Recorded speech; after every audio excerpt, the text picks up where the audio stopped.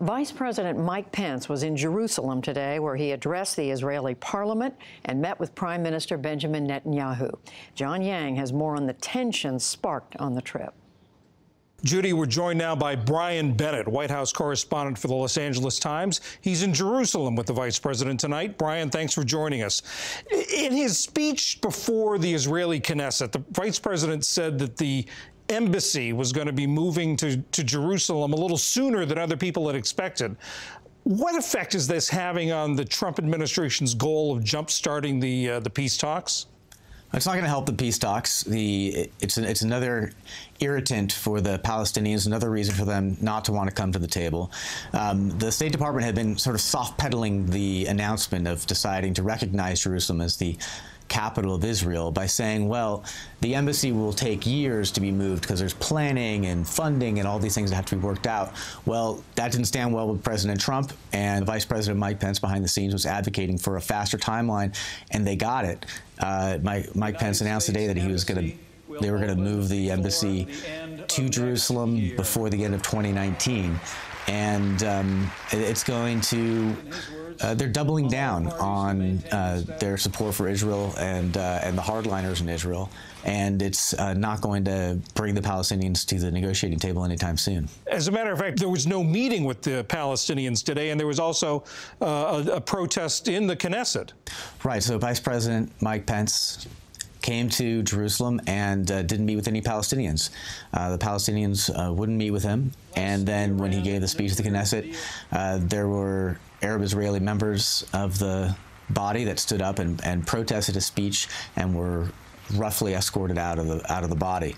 So, you know, President Trump has said he wants to get to the biggest deal, which is solving the peace, the Israeli-Palestinian conflict. Right now, it looks like they're very far away from that and getting farther away.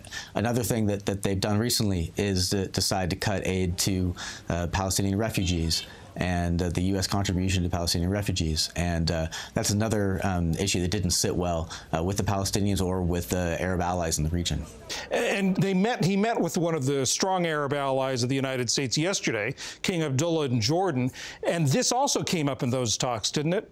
Vice President Pence was in Jordan, and he met with King Abdullah in Jordan, who's been a staunch ally of the United States. And King Abdullah had some pointed things to say to Pence and the Trump administration. He wasn't happy with the decision to formally recognize Jerusalem as the capital of Israel.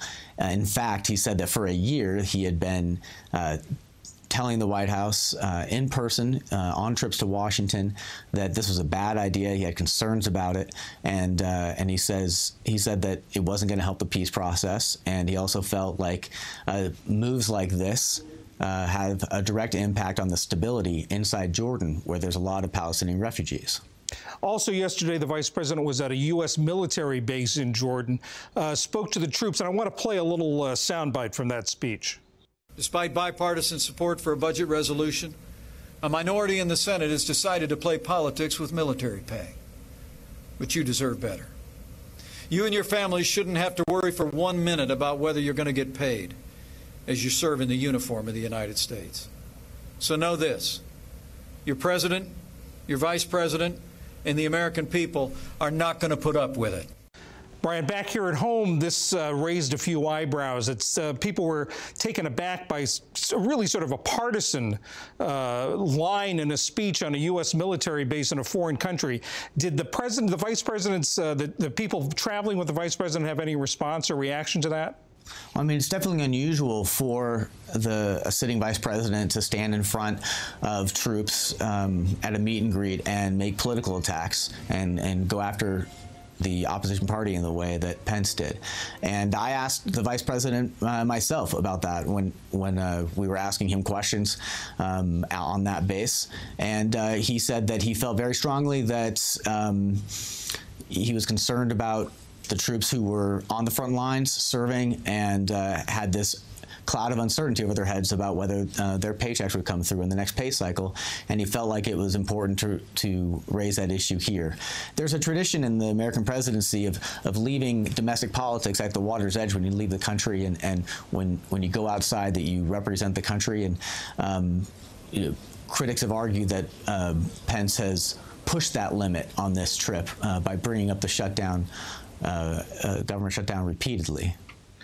Brian Bennett of the Los Angeles Times from Jerusalem, thanks so much for joining us. Happy to be with you, John.